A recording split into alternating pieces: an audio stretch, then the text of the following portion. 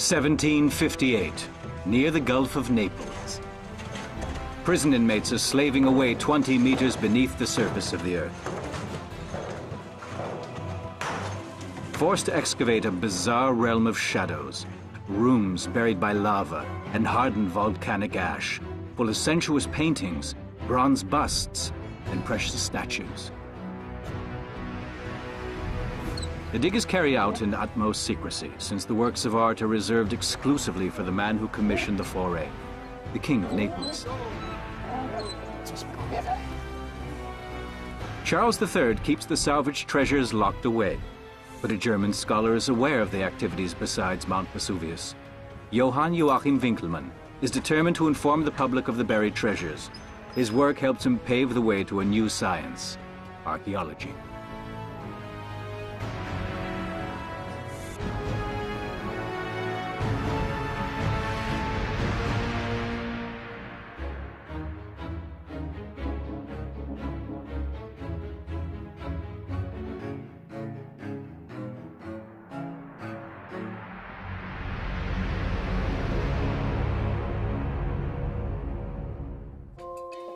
The search for new information about life in the ancient world continues to lead scientists underground to the buried city of Herculaneum.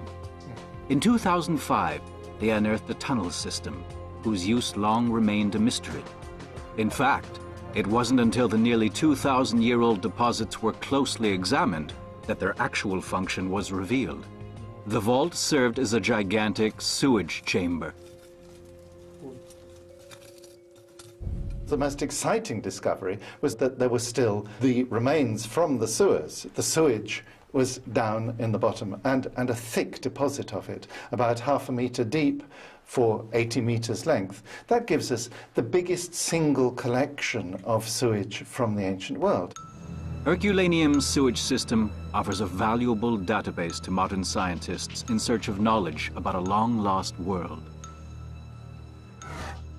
In 79 AD, a terrible natural disaster rocks the Gulf of Naples. Within just a few hours, a massive volcanic eruption wipes out thousands of human lives.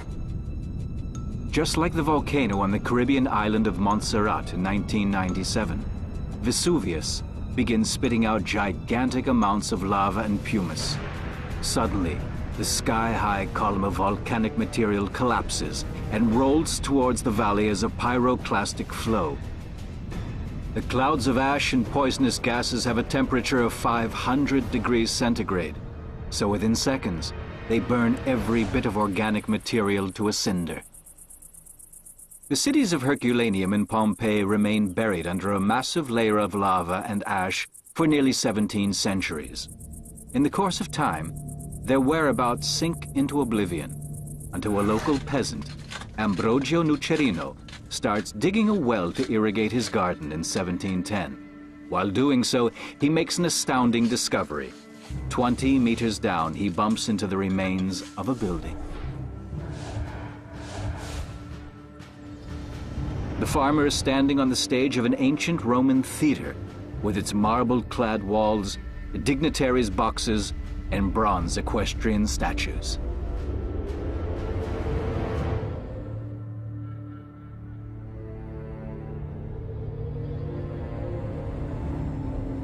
An entire city is waiting to be discovered beneath the vegetable garden.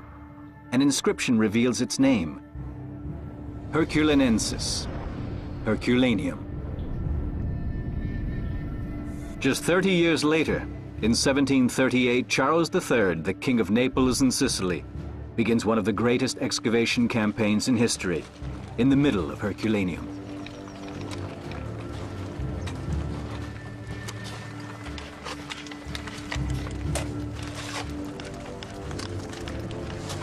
He finances the work from the state treasury and commissions the Spaniard Rocco de Alcubierre to take charge of this top-secret project. The pillaging of Herculaneum begins. Alcubierre knows to keep his newly found position and the favor of the king, he has to produce results. But he is a hard taskmaster and orders his workforce about like a drill sergeant on the parade ground. To this day, 2/3 of Herculaneum are still buried beneath the masses of lava.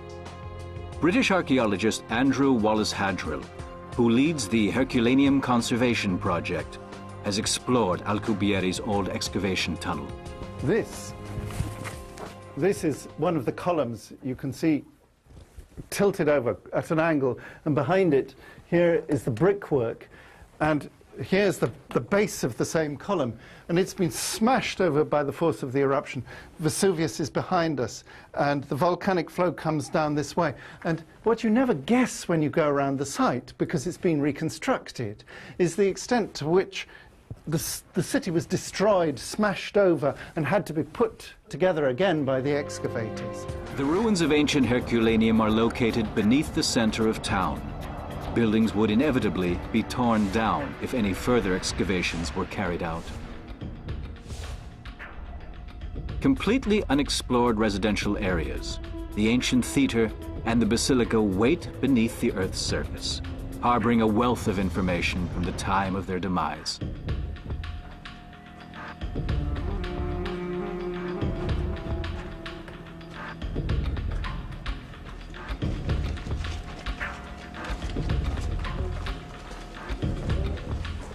In 79 AD, Herculaneum is a sophisticated coastal town on the Gulf of Naples.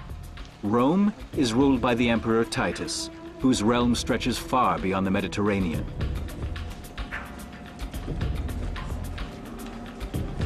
It is a time of affluence and decadence.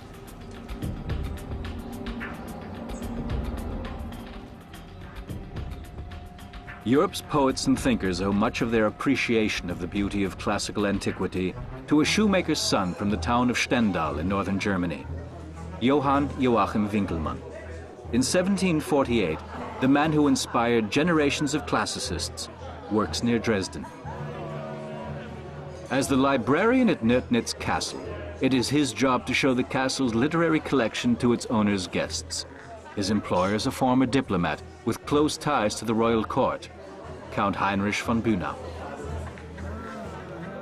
The library has become the intellectual showpiece of the nobility, and latest editions are a welcome topic of conversation. Winckelmann has the opportunity to study high society at Nötnitz Castle. It is the Baroque age, but ornate design doesn't suit Winckelmann. He longs for natural grace and clarity.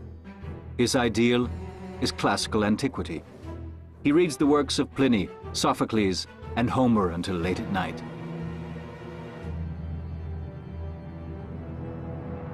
Today, new finds from Herculaneum are locked away in a top security storage facility at the excavation site.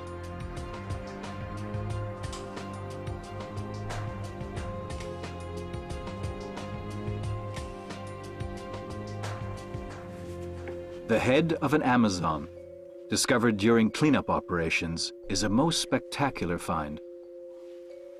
We know that statues were painted quite regularly in antiquity, but it's so rare to find the paint still in place.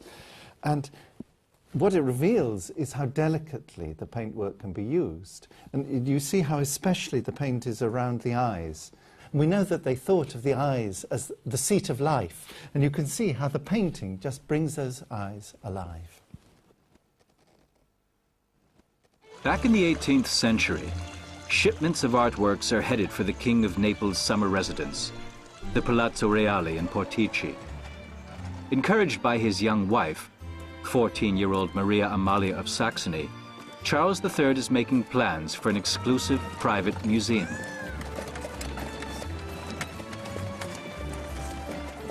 With his collection of antiques, the 22-year-old ruler wants to demonstrate that he reigns over one of Europe's most cultivated states. Charles III sees Herculaneum as his own private treasure chest, one that must be dug up at all costs. With each presentation of new finds, Alcubierre enhances his standing with his royal employer. Alcubierre sends hundreds of antiques to Portici, but hardly anyone is allowed to see them. The king keeps them safely locked away. The royal passion for ancient artworks results in the establishment of one of the most significant archaeological collections in the world. The statues, frescoes, and mosaics at the National Archaeological Museum of Naples give a unique insight into the superb craftsmanship of the Roman Empire.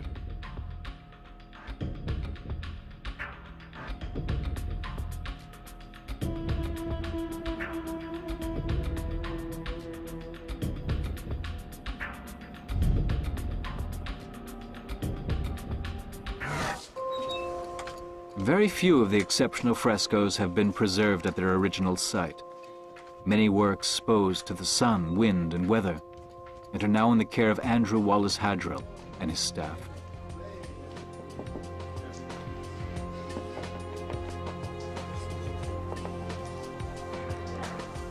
Under his direction, broken pieces of mosaics and faded frescoes from the once colorful days of antiquity are elaborately restored and conserved.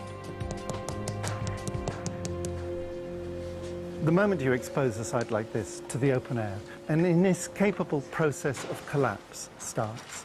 It requires absolutely constant care. If you don't look after the site, what you do is something much worse than not excavating. You subject your site to a second death, a destruction that's actually more destructive than that of the original eruption. A particular problem for the conservators are the pigeons which have found a home among the ruins. They have found that this is an oasis, the perfect place to roost. There are so many little holes where they can, in each of these little holes around the colonnade here, they can make a little pigeon nest. And the site had become infested with thousands and thousands of roosting pigeons.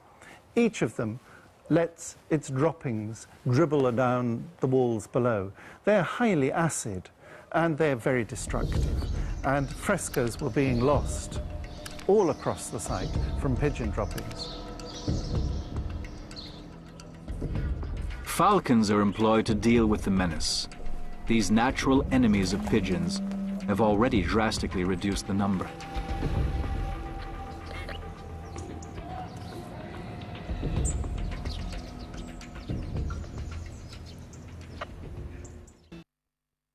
Winkelmann's interest in antiquity first takes him to Dresden. There, in King Frederick August II's collection, he makes a discovery which will change his own life and the way the civilized world looks at classical art. The royal court at Dresden has acquired a great number of antique statues from collectors in Paris, Rome, and Vienna, the so-called three Herculaneum women among them. Winkelmann sees his entire passion for antiquity reflected in these works of art. He later writes of their noble simplicity and quiet grandeur. Man's image of himself, he says, is truly the greatest achievement mankind has ever accomplished. To Winkelmann, the statues represent the perfect expression of beauty, a model to be emulated. Alberigo Arequinto, the Vatican's envoy to the royal Saxon court, shows him where to go next. For a man so enraptured by antiquity, he says, there's but one place to be, in Rome. At the Neapolitan court, the treasure hunters are becoming more and more dissatisfied with the results of their 10 years of excavations in Herculaneum. With the help of Rocco di Alcubierre, King Charles III has built up an impressive collection, but interesting finds are becoming rarer.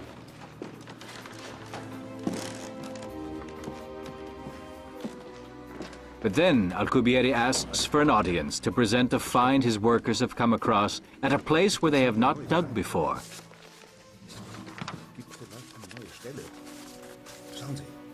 It's a small but beautifully crafted statue of a Roman goddess. And where there's one, there may be more. The king shows himself reasonably pleased, though a bit surprised when Alcubierre points to the spot where the statue came to light.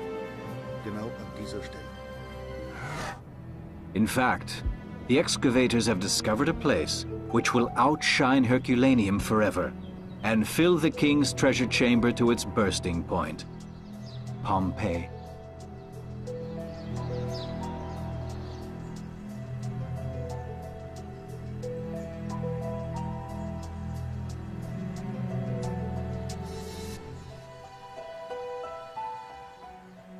After just a few days, the excavators come across the first victims of the disaster. The people of Pompeii had been buried under the rain of ash and pumice as deep as 3 meters.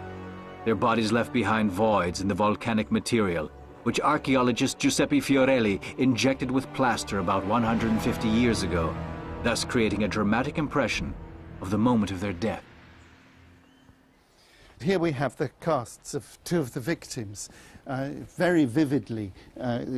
This appears to be a man propping himself up on his left arm, and with his right arm he's protecting the face of the woman lying on her back here. She seems to be pregnant. You see this great bulge here, and you see too the folds of the cloth, very sharp folds of cloth, all caught beautifully in the volcanic material. You see the folds of the cloth here, suggesting it's really rather heavy material. Mount Vesuvius is still one of the most dangerous volcanoes in the world. The most recent eruption occurred back in 1944. But rising smoke and gases are a sign of the volcano's continued activity. Giuseppe Mastro Lorenzo is a member of a team of scientists constantly monitoring Mount Vesuvius. The longer the volcano remains silent, the greater the danger of a huge eruption, similar to the one in 79 AD. Most people believe that there will only be a lava flow, but the next eruption will set off a huge explosion, which is extremely dangerous for the people in the vicinity of Mount Vesuvius. Despite intensive research, it is very difficult to predict the next eruption. We don't know when the next eruption will occur. Under present conditions, Mount Vesuvius could remain quiet for centuries, but it could also erupt next year. More than 3 million people live within reach of the deadly volcano.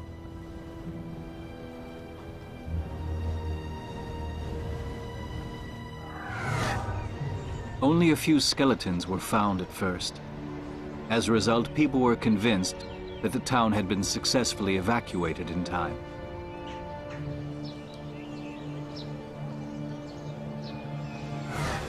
Actual events were much more dramatic.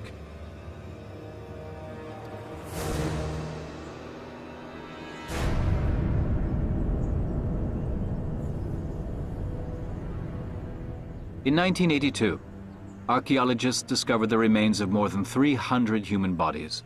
The victims had sought shelter from the volcanic eruption in the boathouses on the beach, where they were overwhelmed by the burning hot cloud of ash and gas. They lie there today, just as they did at the moment of their death.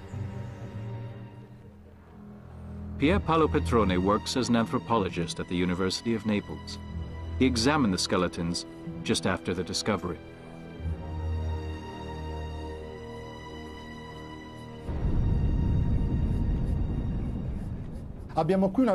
Here is a young woman. She was pregnant. She's sitting here leaning against the wall, and a young person, a boy or a girl, with its head on her shoulder. And here is a 2 or 3-year-old boy. He's lying on his right side. He was asleep, as all the children were, because the first deadly cloud reached Herculaneum at midnight. Judging from the positions of the unearthed remains, the anthropologist is able to draw conclusions about the precise circumstances of their death. Considering the positions of the skeletons, you can say that the people didn't consciously experience their death. All 350 victims died within seconds. They simply evaporated. You can't find any physical reactions, as you might see, for example, when someone died of asphyxiation. It was a thermic shock. They didn't suffer. They weren't even aware of what was happening. The people who fled to the beach underestimated the danger. One victim was still holding the door key in their hand, as if expecting to return home at any moment. The perfect bone preservation is a stroke of luck for scientists. Under the direction of Luigi Capasso, a large number of the victims have been examined at the University of Chieti. After 2,000 years, the nameless dead have been given back part of their identity. The skeleton with the registration number E22 is male and about 5'4". Clues to the victim's occupation can be found in his teeth. This person's teeth have something contradictory about them. The front teeth are severely worn down. The back teeth aren't at all. Apparently, the incisors weren't just used for chewing. They were also used for another purpose. Questa usura anteriore è dovuta a delle corde. The front teeth were worn down by a rope, which is typical of fishermen who use their teeth in addition to their hands when they make their nets. Adoperano i denti anteriori insieme alle mani per fabbricare le loro esche per I pesci, le lenze. The analysis of the bone density gives some indication of E22's age. The man was about 25 years old when he died. Professor Capasso made another discovery in the man's spine. E22 suffered from brucellosis, an infectious disease, accompanied by high fever, nausea, and joint pains. Brucellosis is passed on especially by cattle, sheep, or goats. But the fact that the pathogen was found in a fisherman, as well as in other mainly fish-eating coast dwellers, baffles the experts. Certamente la domanda che ci siamo fatti, perché Of course, we asked ourselves why those fishermen so frequently came down with brucellosis. The reason must have to do with the economy or with the people's eating habits. We examined the food, and fortunately Herculaneum is an intact community. Not only did the biological human archive survive, so did everything else, even the food.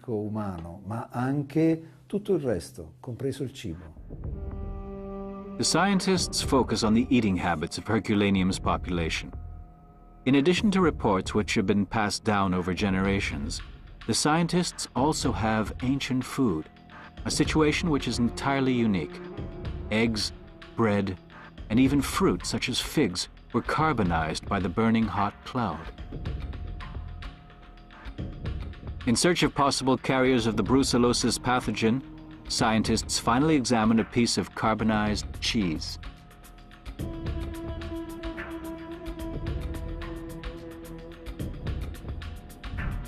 While examining the cheese with a scanning microscope, it became obvious that the searing cloud also preserved microorganisms. The scientists actually discovered Brucella bacteria in the cheese.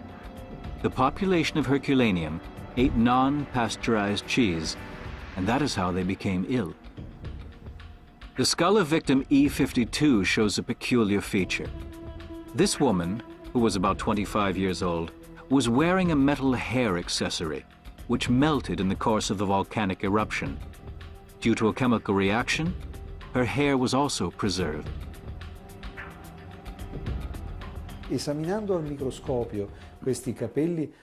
Under the microscope, we even discovered that parts of her hairstyle survived.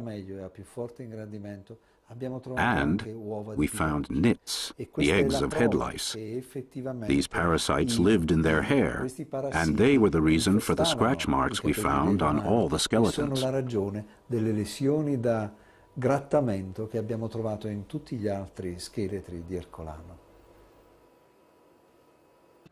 2.5 centuries later, the gigantic building is still not completely excavated.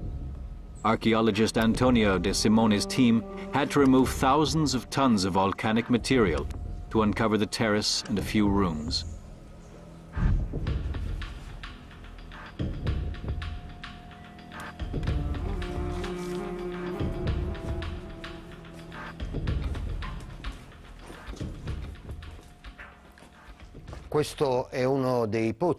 This is one of the tunnels dug by the Bourbons in the 18th century.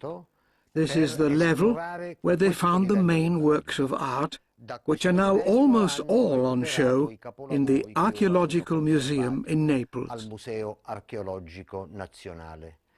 By going through this tunnel, you could reach the room that was identified in the 18th century as the villa's library. The tunnels from the 18th century can no longer be entered. They are in danger of collapse. But by using the most modern measuring techniques and Karl Weber's documents, archaeologists have been able to reconstruct the villa in its original proportions.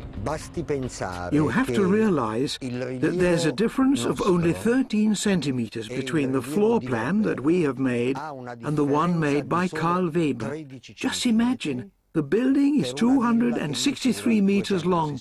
Weber's work was of sensational quality. But Alcubierre is unable to appreciate the conscientious work of the Swiss architect. On the contrary, Alcubierre complains to the king that Weber is persistently trying to change what the Spaniard refers to as our traditional methods of excavation. That Weber is digging tunnels just to study the architectural layout of the buildings. The Swiss architect would carry on digging even where there are no finds to reward the effort. Alcubierre urges the king to relieve Weber from his post. In the end, Alcubierre's scheming fails, because Weber's plans are of tremendous value, and his finds are spectacular. The bronze statues and the busts from the Villa dei Papiri are now world famous. Still, during the 18th century, the treasures remain the secret property of the king and are kept locked away. All that Europe hears or sees are rumors and poorly drawn sketches of the finds from the lost cities. In 1758, Winkelmann decides to get to the bottom of the Neapolitan secrecy. In Rome, he has now advanced to become a respected art expert and antiquarian. He is seen as an undisputed authority.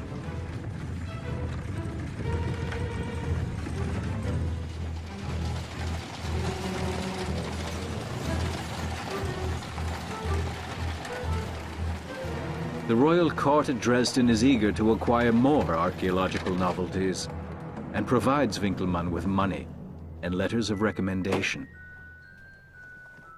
The scholar is certain he will receive one of the king's rare special permits to visit the excavations. But he experiences a rude surprise.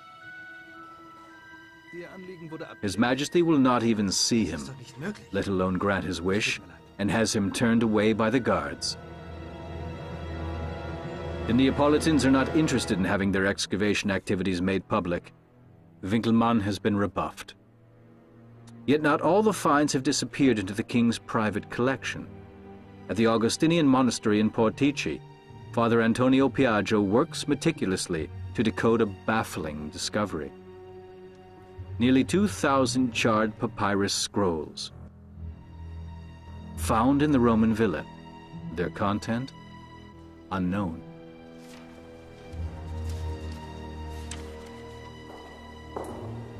Father Piaggio? When Winkelmann moves into the monastery after his rejection, he becomes acquainted with the priest and with his delicate work. Piaggio has constructed an extremely complicated uncoiling apparatus out of a pig's bladder, coils, and silk threads. Winkelmann realizes the charred scrolls were the books of antiquity. The papyrus rolls are the remains of what is presumably the largest library preserved from ancient times. Today, the scrolls are kept at the National Library of Naples. An international team of scientists is trying to decode them with the greatest of care.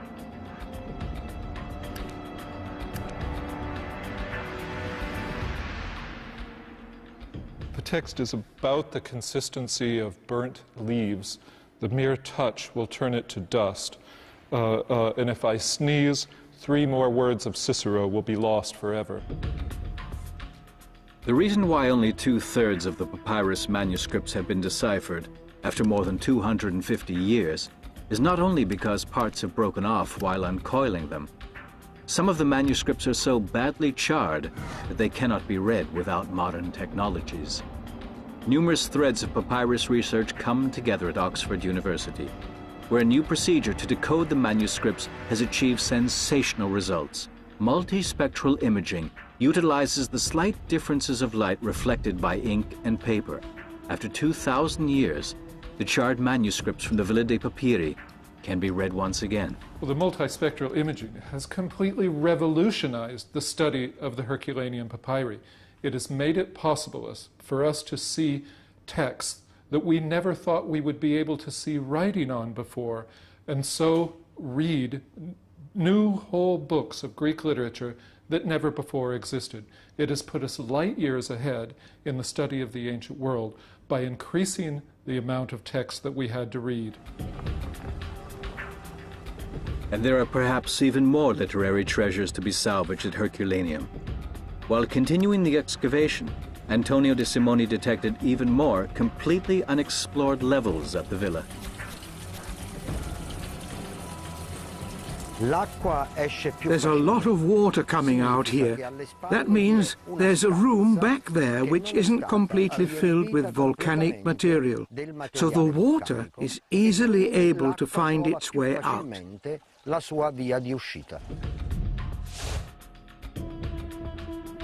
The scientists hope that there could be even more papyrus scrolls in the buried levels of the Roman villa which still haven't been explored.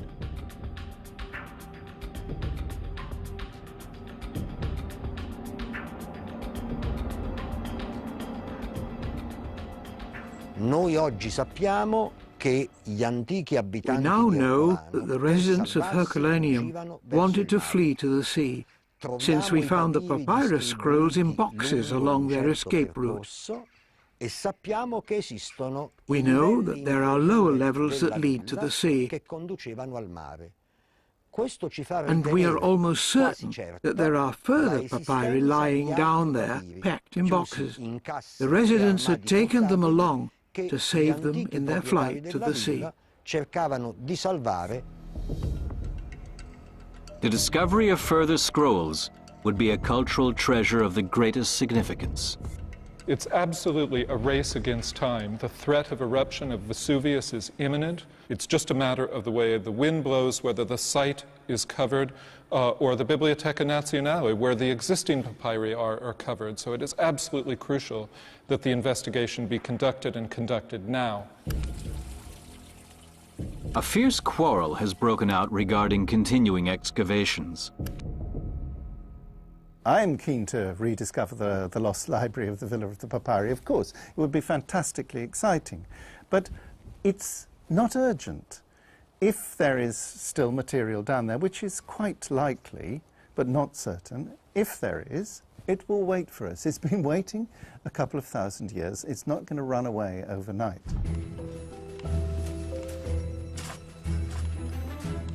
Despite all the obstacles and restrictions imposed by the Neapolitans' royal house, Winkelmann does manage to get a glimpse of the excavation sites on the Gulf of Naples in 1758. He observes the unsystematic way the diggers handle the ancient works of art and the deliberate and ruthless exploitation of antiquity.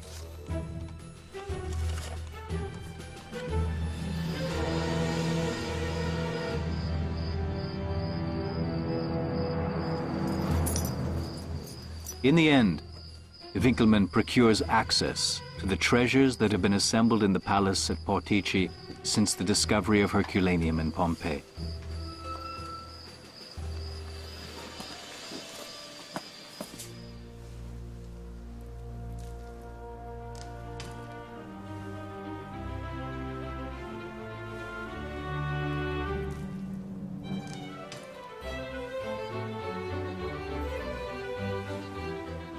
The few scholars allowed to see the collection have been prohibited from making notes or even drawings. Charles III has founded an academy for studying the antiquities and reserved the right to publish reports. Up to that point, only one single volume about the finds has been published, and it is only available through the king himself, who personally hands it to an elect circle of readers. Through bribery, Winkelmann is able to enter the king's most secret gallery, the erotic cabinet. For several months, Winkelmann observes the excavations on the Gulf of Naples. The antiquarian is upset by Alcubierre's ruthlessness. Sie sind ja völlig außer sich. He confides his anger to Father Piaggio. To Winkelmann, it is unbearable to watch the newly discovered legacy of the ancients being ransacked by a man with no regard whatsoever for its true meaning. He calls Alcubierre an incompetent dabbler who has no more feel for his finds than the moon has for a load of crabs. Only Karl Weber, he says, is blessed with a sound mind. Even the padre can't pacify Winkelmann. He is determined to expose the goings-on at the excavation site. Winkelmann decides to launch a frontal attack. At the end of 1762, he publishes his first Letter on the Discoveries at Herculaneum. For the first time, Europe learns details about the buried cities, over half a century after the excavations at Vesuvius began. His scientific report is also an indictment. Winkelmann gives vent to his outrage.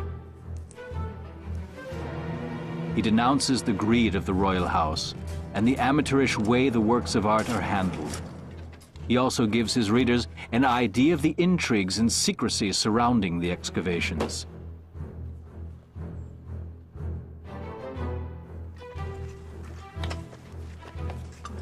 The only work that Winkelmann praises is that of Karl Weber. We must thank this wise man for all the good ventures which were later undertaken. Winkelmann describes and arranges the finds in a manner no one before him has ever done. His letter is considered to be the first archaeological report in history. Winkelmann's letter of 1762 is an enormous step forward, because it's the first time that someone looks at the material that's coming out of Herculaneum systematically. He looks at the literary sources, he looks at the context, he wants to understand what the ancient city was like. This was the moment where the science of archaeology was born, when the antiquities from Herculaneum were turned from a private collection with private showings into an international databank that could be studied by all scholars, debated, and argued over. The response to Winkelmann's letter is tremendous. Mount Vesuvius is suddenly hit by an archaeological tourist boom. For Europe's traveling elite, a visit to the excavation site becomes one of the top items on the Grand Tour. One of their favorite destinations is the theater at Herculaneum, still buried today. It is the very place where the first excavations at Vesuvius began. Equipped with torches, the 18th century tourists climb down into the narrow tunnels and take a tour through history, encased in lava.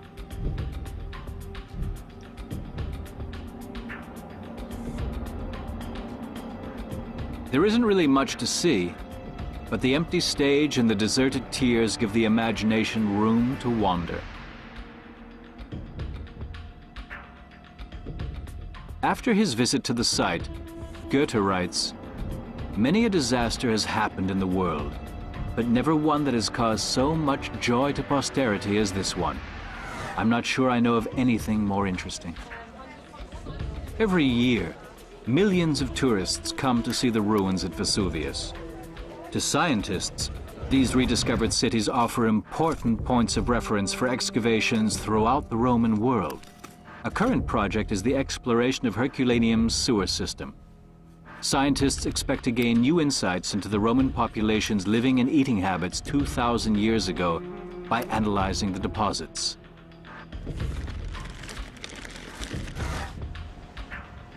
At Oxford University, environmental archaeologist Mark Robinson has specialized in the study of ancient excrement.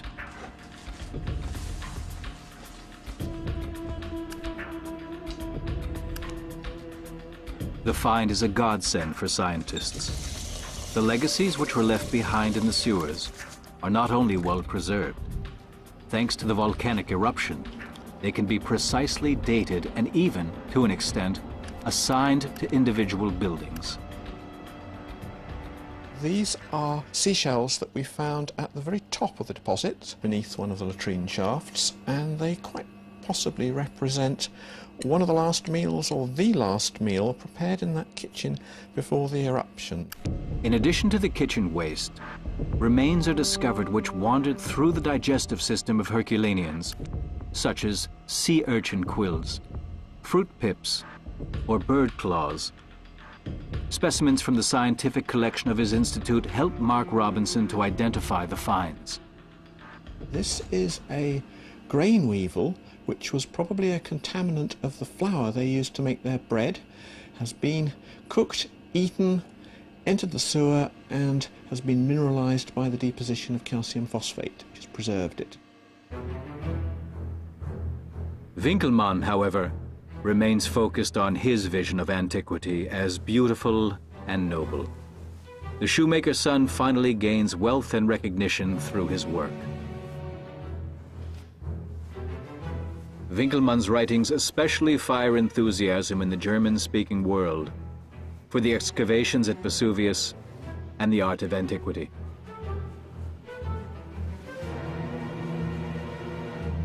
With his observations, he captivates the intellectual community of the 18th century and soon receives invitations for exhibitions in Berlin, Dresden, Vienna, and Rome. His writings have a groundbreaking influence on the change in taste from ornate Baroque to classicism. The civilized world is overtaken by a passion for ancient ideals. A new age is dawning in Europe. Architects like Carl Friedrich Schinkel begin using simpler elements of form. A new idea of aesthetics is born. Classical antiquity becomes a guiding principle. The royal house of Naples is disgraced after the publication of Winkelmann's letters. The entire world now focuses on Pompeii and Herculaneum. Officially, Rocco Alcubierre remains in charge of the excavations until his death in 1780. But as a result of Winkelmann's criticism, his name is, even now, connected with the destruction of irreplaceable antiques. Archaeologist Andrew Wallace Hadrill has joined forces with the Italian authorities to secure the future of Herculaneum. At present, the excavations are on hold. The preservation of the ruins has become the utmost priority to prevent a World Heritage Site from being irrevocably destroyed. Not even the last victims of the disaster have been recovered yet, 25 years after the discovery. But Andrew Wallace Hadrill is critical about launching new excavations. It's good to leave some material for future generations. And for that reason, we need to ration ourselves and not consume more than we need now. It's like consuming a precious resource of the earth that is limited. It will run out. Let's consume it gently, gradually, responsibly. Winkelmann was only able to view a fraction of the treasures uncovered at Vesuvius. While staying at a hotel in Trieste in 1768, there is a fatal encounter. The man in the room next to his, a convicted criminal, tries to strangle him with a rope.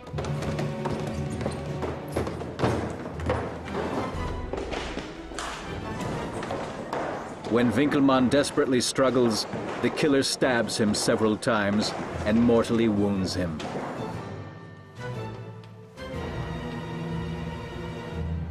Winkelmann dies on June 8, 1768. The rope still around his neck. The reasons for the murder have never been completely resolved.